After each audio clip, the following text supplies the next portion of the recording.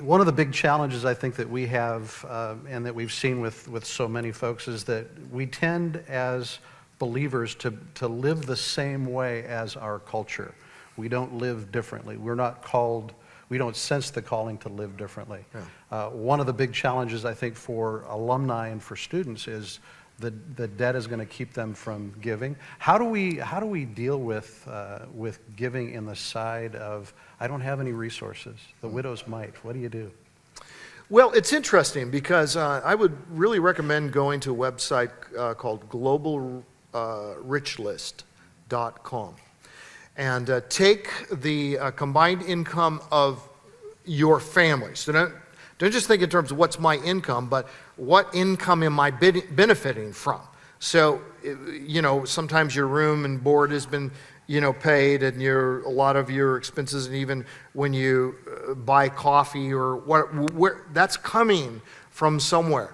And even if you're working a part-time job or whatever it is, even if you take your total income, but certainly if you take the income of the family that you come from, put it into globalrichlist.com and see where you come out.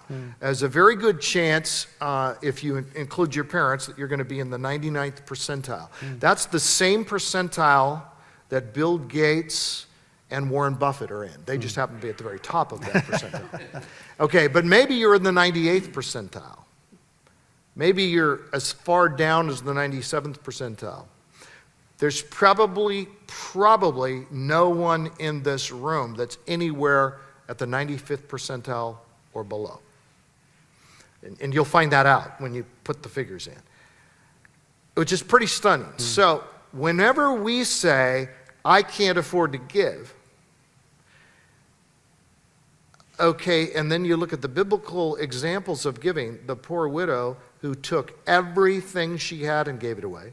What's the greatest example in the New Testament of a giving church? It's the Macedonian church in 2 Corinthians 8, where it says, out of their extreme poverty and their overwhelming joy. You can have joy when you're in poverty. They overflowed in an abundance of giving to these poor saints in Jerusalem, and they begged us for the privilege of giving to the saints. And everywhere I've been in the third world or two-thirds world or however you label it, the majority of the world that's in relative poverty compared to us, there are people giving all the time. And then we tell ourselves we can't afford to give. Well, what else are we affording to do, which if we didn't do it, we could afford to give? So if you, I've had people tell me before, I cannot afford to give anything to the church and drive up in a new vehicle to the Bible study. I talked to a couple about this.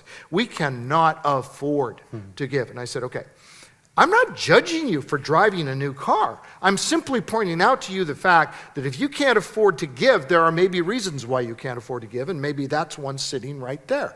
If you hadn't bought that, what could you be giving?